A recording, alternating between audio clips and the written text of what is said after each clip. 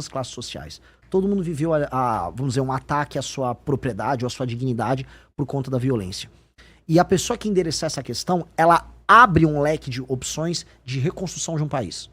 E uma coisa puxa a outra. Então, eu não consigo resolver, por exemplo, os maiores problemas que envolvem IDH no Brasil, que estão nas cidades mais pobres do país e nas periferias, se eu não tiver acesso a esses lugares. Então, começa por isso. Eu tenho que retomar o território brasileiro. O ato de retomar vai me dar um resultado prático grande em termos de aplicação de políticas públicas nesses lugares. Mas ele também vai me dar um ato simbólico que ninguém está levando em consideração, de ser o primeiro presidente que olhou para esse problema e resolveu esse problema. Para andar com isso, por isso que esses temas são uma coisa muito complexa. Tem toda uma agenda de nova legislação para matéria penal, para matéria da lei de execuções penais e porque a gente chama hoje, na hora de enfrentar o crime organizado, de direito penal do inimigo, que é uma legislação própria para que você faça com que o membro de uma facção ele tenha um status jurídico especial, que é basicamente ele ter menos direitos, diminui muito o direito de defesa dele e faça a pena para ele ser mais alta. A implementação disso também tem que envolver inteligência. Então eu preciso da Polícia Federal atuando junto com o AF, eu vou precisar, por exemplo, para não deixar a droga entrar pelo Mato Grosso do Sul, eu vou precisar da FAB atuando ali. Eu vou precisar de drone também, vou precisar de monitoramento. E assim que essa droga que entrou, ela vai passar pro Mato Grosso do Sul, ela vai passar pro interior de São Paulo, eu tenho que ter inteligência para pegar uma empresa em Americana que coloca cocaína dentro de um container de café, porque tem uma densidade similar e aí ela vai parar no porto sem ser detectada. Então eu tenho que pegar essas empresas no meio. Assim como eu tenho que pegar ali na Baixada Santista, tomar as favelas que estão na Baixada Santista, que o PCC usa como uma espécie de doca para montar o pacote que será exportado e retomar o Porto de Santos. Todas essas ações são ações integradas que o presidente da República tem que ter só para começar a endereçar o enfrentamento ao crime organizado.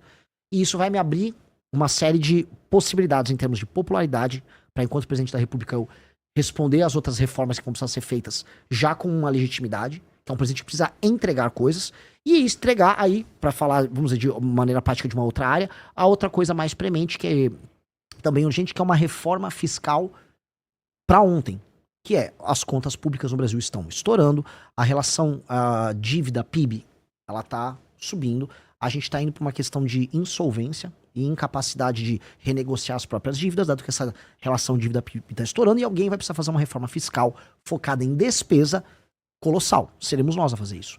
E quando eu falo aqui, eu deixo aqui, se irão sabatear os outros pré-candidatos a presidente, jogue um desafio para eles. Se eles falarem, eu tenho uma agenda fiscal também arrojada igual a do Renan tem, o Kim Kataguiri protocolou a PEC com essa reforma fiscal, ou seja, o projeto já está lá no Congresso Nacional.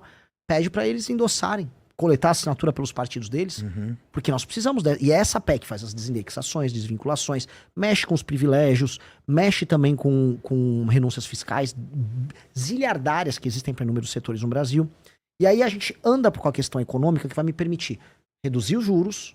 Reduzindo os juros, eu também reduzo os gastos do governo, porque no fundo a rolagem da dívida é ligada a isso, e me permite ter espaço discricionário para investimento. Que aí eu posso discutir coisas legais com o Serjão, pro Serjão não querer pegar o avião e ir embora. E no fundo é isso. Um país que não tem capacidade de investir é um país que não tem capacidade de imaginar e sonhar coisas diferentes.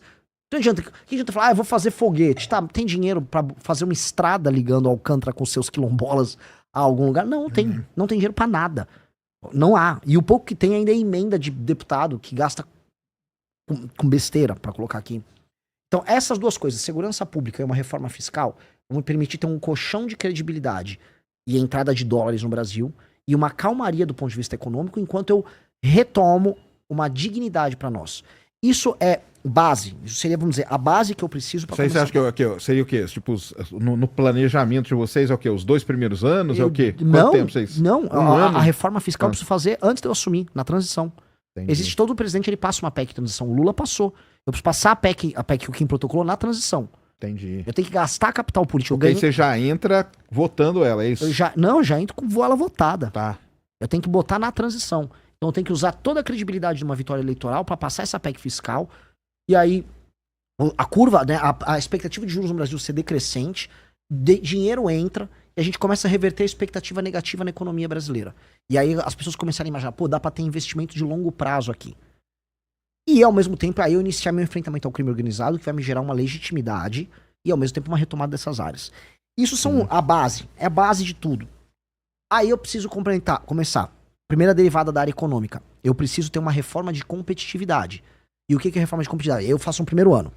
Eu tenho que passar uma agenda que facilite contratação, demissão, abertura e fechamento de empresas.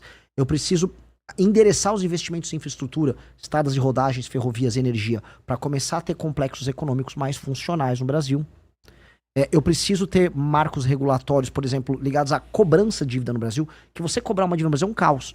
Um banco te emprestar um dinheiro e você coloca uma garantia, uma máquina numa empresa. Para cobrar a máquina e para o banco pegar a máquina em pagamento se você não pagar, são anos. Então o banco é mais fácil de cobrar um spread bancário muito alto, porque ele sabe que a capacidade de cobrança dele é baixa. A gente tem que facilitar isso. Eu odeio o banco. Dito isso, eu entendo a lógica do banco saber que ele vai tomar um calote quase sempre. Então tem que facilitar. Dê uma garantia, seja fácil de executar. A gente tem que ter maior velocidade nesses processos. Tudo isso facilita fazer negócio. E tudo isso facilita com que um gringo venha pra cá instalar uma fábrica, ou que um brasileiro tire o dinheiro dele da renda fixa, um empresário, e comece a investir em negócios aqui. Tudo isso somado à reforma fiscal que andou, vamos dizer, como eu posso colocar aqui, que permitiu que os juros ficassem mais baixos, o dinheiro entrasse, não só dinheiro de especulação. Então a gente tem só uma reforma fiscal, ela já ajuda também investimento externo no país, né? Óbvio. Porque aí reduz o problema do Brasil. O risco no longo prazo. Muita incerteza, né, cara? É muita lógico. incerteza. Que empresa que vai colocar uma grana aqui, vai colocar uma empresa aqui, uma incerteza. Porque a gente tem incerteza em vários setores. Tem incerteza trabalhista, né? Que tem esse problema todo. Tem incerteza política, né? E tem incerteza fiscal também, né? Perfeito. Que isso aí as empresas não querem, né? Elas fogem, né? Exato. E isto é, vamos dizer, isto é o que precisa ser feito. Então eu tô falando aqui do primeiro ano, uma agenda fiscal, um enfrentamento ao crime organizado e uma agenda de competitividade. Porque eu endereço a questão econômica brasileira para o médio prazo. Na verdade, se a gente trata esses marcos regulatórios e faz as reformas de competitividade e já resolve o fiscal, meio que eu enderecei a questão fiscal do Brasil para os próximos governos. Isso precisa ser feito. A gente precisa dar um marco. Igual a gente falou do Plano Real. O Plano Real, querendo ou não, entrou PT, entrou Bolsonaro, entrou Temer. Todo mundo manteve o Plano Real. A política monetária pode ter sido infeliz em alguns momentos, mas o Plano Real foi mantido. A gente não vive aquele momento que a gente estava descrevendo no começo da live. Então nós temos que ter um marco fiscal que será mantido no long run. E é isso que nós queremos fazer. Esse é o nosso Plano Real para a gente andar com esse assunto que não deveria ser polêmica. Aproveitando que você entrou nesse assunto, que é uma das perguntas que a gente faz para os candidatos, é o seguinte, tá? Hoje, se você fosse escolher um perfil para compor a pasta econômica, o Ministério da Fazenda, ou um nome, se você já tivesse, se você quiser revelar também, pode falar a respeito disso? E qual que é a sua relação com a Faria Lima? A gente sabe que a Faria Lima, toda eleição, ela faz uma cartinha dizendo a respeito do que ela espera do próximo presidente e quem ela apoia, né? Inclusive, a gente teve que, na última eleição, foi o Lula aí, muitos dizem que isso foi decisivo, inclusive, do mercado apoiar aí a campanha do Lula e o Lula se eleger. O que você acha? Que não dá para colocar vendedores de Banco Master. A Faria Lima também quer dar muitos pitacos, mas andava vendendo Banco Master até ontem. Esta é uma triste realidade de muitos elementos na Faria Lima. Que tá muito preocupado com a agenda econômica, mas estava enfiando Master no cliente até agora. Então eu tenho minhas ressalvas com a Faria Lima, no sentido de que a Faria Lima ela faz as apostas políticas dela e quase sempre é puro lixo. A Faria Lima fez as pessoas acreditarem que o Tarcísio seria candidato. E fez preço em cima. Depois falou que o Ratinho seria candidato. Depois falou que o Leite seria candidato. Agora tentou fazer uma aposta meio manca no Zema. Eu não sei se a Faria Lima tem que ser tão ouvida assim. Eu não sei. A agenda minha fiscal, se eu falar isso pra um banqueiro, se eu falar pros caras dos fundos, isso aqui é música pros ouvidos deles. É música pura. O que ela tá falando é lindo. Agora eles nunca me consideraram. Agora a boa parte deles vão me considerar simplesmente porque eu apareci melhor nas pesquisas. Agora, vamos dizer, eu sou agora um grande músico pra tocar a música que eles ouvem. Antes não. Então, assim, a relação com a Faria Lima, ela tem que ser uma relação pragmática. Pragmática. Porque senão eles fazem preço em cima de você. E a questão toda pra mim é o seguinte, eu não vou não vou estabelecer os nomes para um time econômico nosso baseado no o que a Faria Lima quer, mas sim o que o Brasil precisa.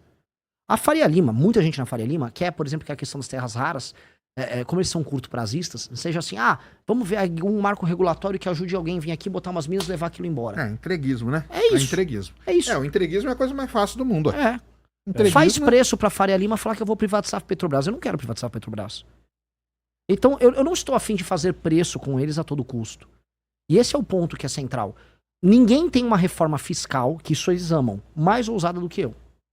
Dito isso, todo o restante, vamos sentar e conversar. Porque a gente tem que ter, aí sim, um projeto de Brasil, que acho que é uma coisa que a pergunta inicial do Serjão. Onde eu quero chegar com isso? Se eu aumentei minha capacidade